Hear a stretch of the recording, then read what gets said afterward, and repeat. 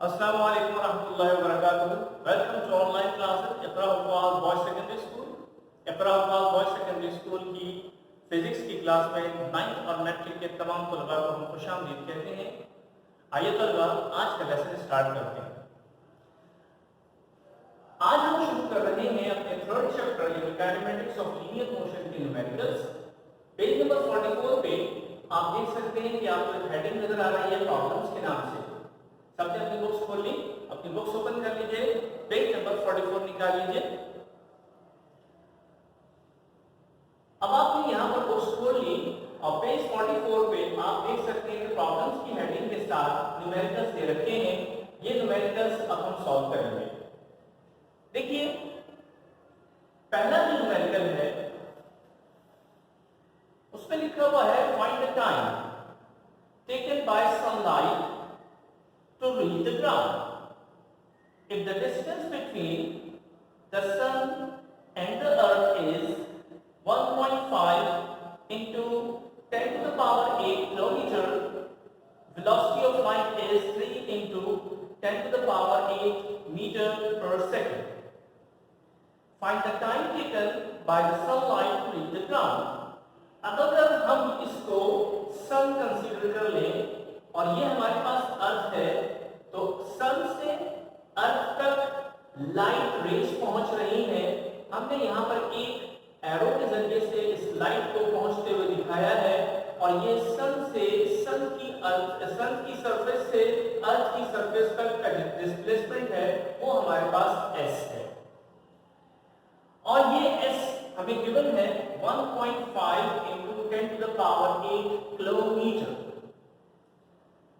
हमें ये बात मालूम है कि हम न्यूमेरिकल्स को एसआई यूनिट के साथ ऑपरेट करेंगे, तो इस किलोमीटर को मीटर में चेंज करने का बिल्कुल वही तरीका होगा जिससे पहले हम आपको बता चुके हैं। तो ये डेटा में ही इसको हम कन्वर्ट करेंगे 1.5 into 10 to the power 8, और चूंकि हमें मीटर चाहिए होता है, किलो हमें नहीं चाहिए, तो आपको याद होगा कि प्रीफिक्सेस के टॉपिक में हमने ये पढ़ा था कि इसकी प्रीफिक्स वैल्यू होती है 10 to the power 3। जब k की जगह पर 10 to the power 3 हम पुट कर देंगे तो यहाँ पर रह जाएगा सिर्फ मीटर। चुनाचे ये जो किलोमीटर्स थे ये मीटर में कन्वर्ट हो जाएंगे। इसकी फाइनल फिगर जो आपके पास आएगी वो आएगी 1.5 into 10 to the power 8 और ये 3 दोनों ऐड हो जाएंगे, 8 plus 3 11 metre. Clear?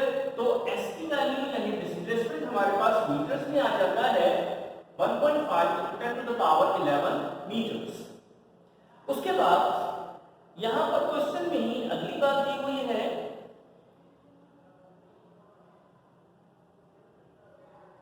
velocity of light is 3 into 10 to the power 8 meter per second। velocity of light, जो लाइट यहां से यहां ट्रेवल कर रही है वो हमारे पास वेलोसिटी है 3 into 10 to the power 8 metre पर सेकेंड। याद रखिएगा कि ये मीटर पर सेकेंड लिखने का एक तरीका है। हमने आपको ये बात बताई थी कि मीटर पर सेकेंड ऐसे लिखा जाता है, इसका मतलब होता है मीटर डिवाइडेड बाय सेकंड। इस सेकंड की पावर होती है 1। जब इसको ओवर शिफ्ट करते हैं तो मीटर s यानी सेकंड पावर नेगेटिव हो जाती है, तो इसको भी मीटर पर सेकंड पढ़ते हैं, इसको भी मीटर पर सेकंड पढ़ते हैं। इसका मतलब है कि ये वैल्यू और ये वैल्यू दोनों सिमिलर हैं। आमतौर पे बुक में पर सेकंड को पावर -1 करके लिख दिया जाता है, लेकिन इससे कोई फर्क नहीं पड़ता, ये दोनों बातें सिमिलर है। तो वेलोसिटी की value 3 into 10 to the power 8 metre पर सेकंड। अब आपको मालूम क्या करना है, find the time taken. First line लिखी हुई थी, so you have to find the value of t यानी टाइम। जैसे हमने पहले आपको ये बात बताई कि आप यहां पे सेमीकोलन लगाकर आप ये बताएंगे कि ये क्या चीज है। तो आप यहां पर लिखेंगे डिस्प्लेसमेंट।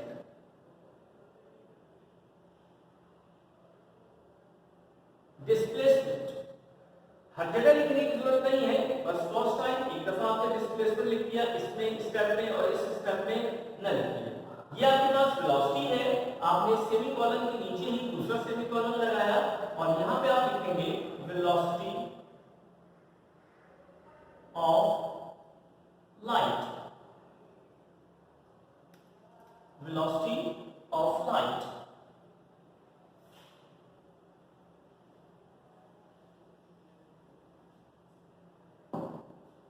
और ये हमारे पास टाइम है। सिमिलरली सेमीकोलन या कॉलन सेमीकोलन लगा के और यहां पर आप क्या लिखेंगे टाइम।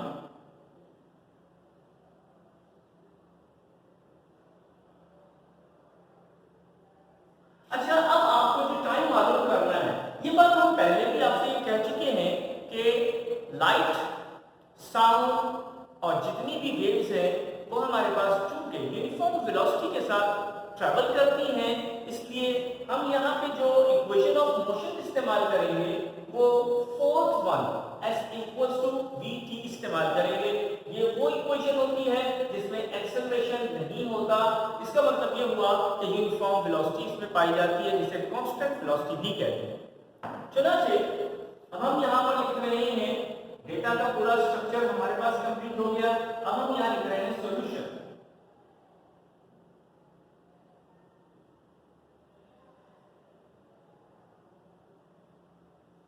Using the formula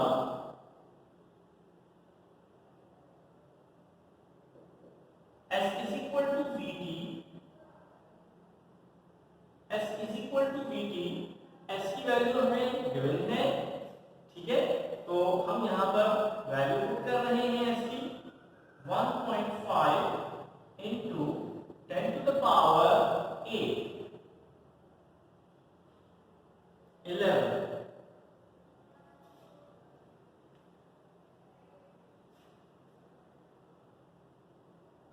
और वेलोसिटी आपको देती है 3 into 10 to the power 8, 3 into 10 to the power 8।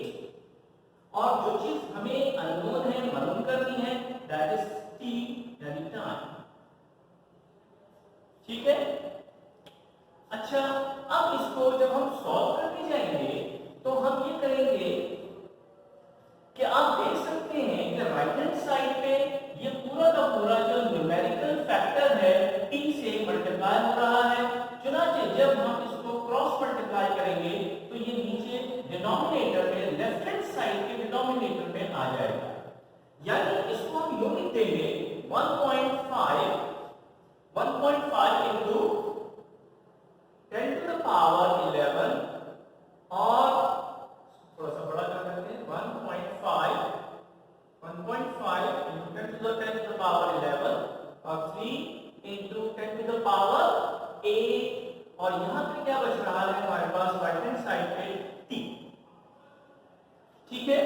अच्छा, अब इसकी जो कैलकुलेशन है, इसकी कैलकुलेशन याद रखिएगा कि ये जो नंबर्स हमारे पास दे रखे हैं इसकी कैलकुलेशन एक साथ होती है और इनकी कैलकुलेशन एक साथ की जाती है।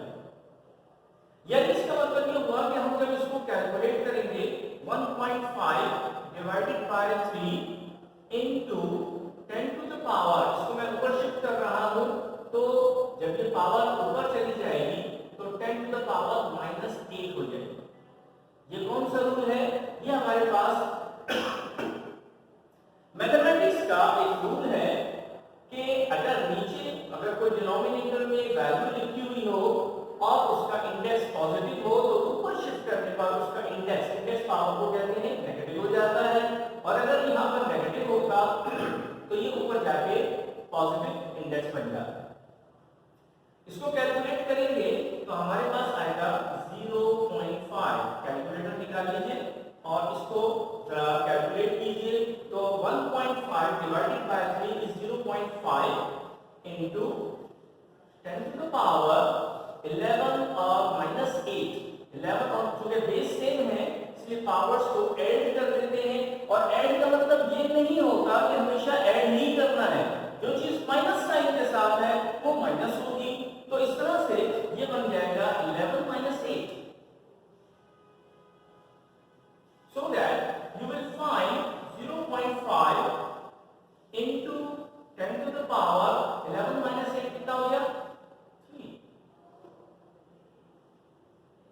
ठीक है। अच्छा, अब ये जो 0.5 into 10 to the power 3 लिखा हुआ है, आप जानते हैं कि 10 to the power 3 कितना होता है? 1000। 0.5 इसलिए कि पावर 3 का मतलब है कि 3 टाइम्स इसको मल्टीप्लाई करना है। जब 0.5 को 1000 से मल्टीप्लाई करेंगे तो क्या बनेगा? जरा कैलकुलेट कीजिए। हम इसको ऐसे भी कर सकते हैं,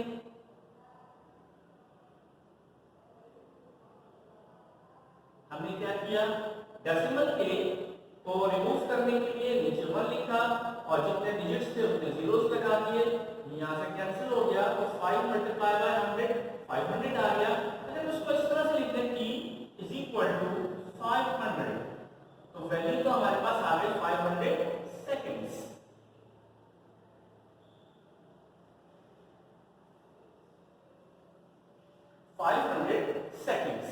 यहां तक उम्मीद है कि आप सब लोगों ने इस बात को समझ लिया होगा, लेकिन हमारा आंसर अभी मुकम्मल नहीं हुआ। ये एक आंसर निकला तो है, एक वैल्यू हमारे पास टाइम की आई तो है कि t is equal to 500 seconds, लेकिन अभी इसको चूंकि 500 सेकंड्स में कई घंटे भी शामिल हैं, इसलिए अब हम इसको आवर्स में और मिनट्स में भी चेंज करेंगे। तो आइए इसको आगे प्रोसीड करते हैं। मैं इसी को रब कर रहा हूं।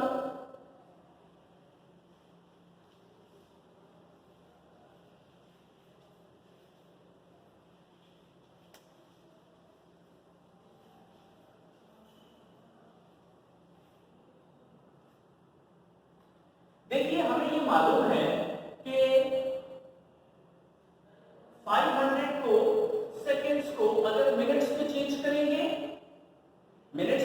करेंगे, तो हमारे पास फॉर्मूला ये होता है कि 60 से हम डिवाइड कर देते हैं तो मिनट्स आ जाते हैं। ठीक है, तो हम किस तरह से करेंगे ये 500 डिवाइडेड बाय 60। एक बात यहां पर करेक्शन कर लीजिएगा, मैंने आपसे ये कहा कि 500 सेकंड्स में कई घंटे शामिल हैं, कई मिनट्स शामिल हैं, घंटे शामिल नहीं। ध्यान रखिएगा, जब हम इसको इससे डिवाइड करते हैं तो हमारे पास क्या चीज आती है? 60 से हम डिवाइड कर रहे हैं, याद रखिएगा। आइए इसको जरा कैलकुलेटर से करके देख लेते हैं।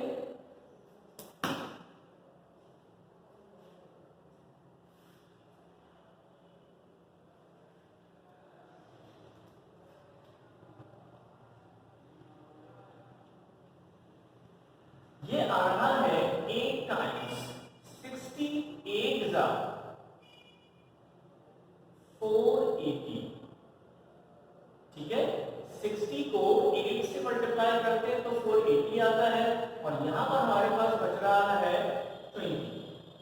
ठीक है, तो क्या हुआ कि यहां पर जब आपने 500 को 60 से डिवाइड किया तो असल में आप मिनट्स में चेंज कर रहे हैं, आप मिनट्स में चेंज कर रहे हैं। तो ये जो आपके पास यहाँ क्वोशंट आ रहा है ये तो बन जाएंगे मिनट्स, और जो रिमाइंडर आपके पास बच रहा है ये बन जाएंगे रिमेनिंग सेकंड्स। तो आपने क्या किया कि ये जो 500 सेकंड्स यहाँ पर एक आंसर आ रहा था, आपने इसको मिनट्स में और जो रिमेनिंग सेकंड्स थे उसमें चेंज कर दिया। क्या प्रोसेस किया हमने? 500 सेकंड्स को 60 से डिवाइड किया, जो हमारे पास क्वोशंट आ रहा था वो तो मिनट्स बन जाएंगे, जो रिमाइंडर आ रहा था वो सेकंड्स बन जाएंगे। Hence t is equal to 8 minutes and 20 seconds। ये हमारे पास फाइनल आंसर आता है। इसका मतलब ये हुआ कि सूरज की रोशनी जमीन तक पहुंचने में जो टाइम लेती है वो 1 मिनट 20 सेकंड होती है। हम आपको बताते चले कि एक रोशनी का एक जर्रा, एक पार्टिकल जो यहां से ट्रेवल करना शुरू करता है और चलते चलते वो यहां तक पहुंचता है, तो वो यहां से यहां तक आने में एक पार्टिकल, लाइट का एक पार्टिकल 8 मिनट्स 20 सेकंड्स लेता है। तो अजीज तलबा, आज हमने ये जो इस क्लास में आपको ये चीज बताई कि किस तरह से न्यूमेरिकल को सॉल्व करेंगे, तो इस न्यूमेरिकल को आप कम से कम 2 मरतबा और देखिए ताकि आपको ये अंदाजा हो जाए कि न्यूमेरिकल किस तरह से सॉल्व किए जाते हैं। हमारा अगला न्यूमेरिकल हमारी अगली क्लास में यहाँ पर होगा इंशाअल्लाह, हम आपको बताएंगे, जो कि हमारे पास यहाँ पे लिखा हुआ नजर भी आ रहा है। लेकिन हम एक ब्रेक लेते हैं और उसके बाद ब्रेक के बाद इंशाअल्लाह शुरू करेंगे। अस्सलाम वालेकुम व रहमतुल्लाहि व बरकातहू।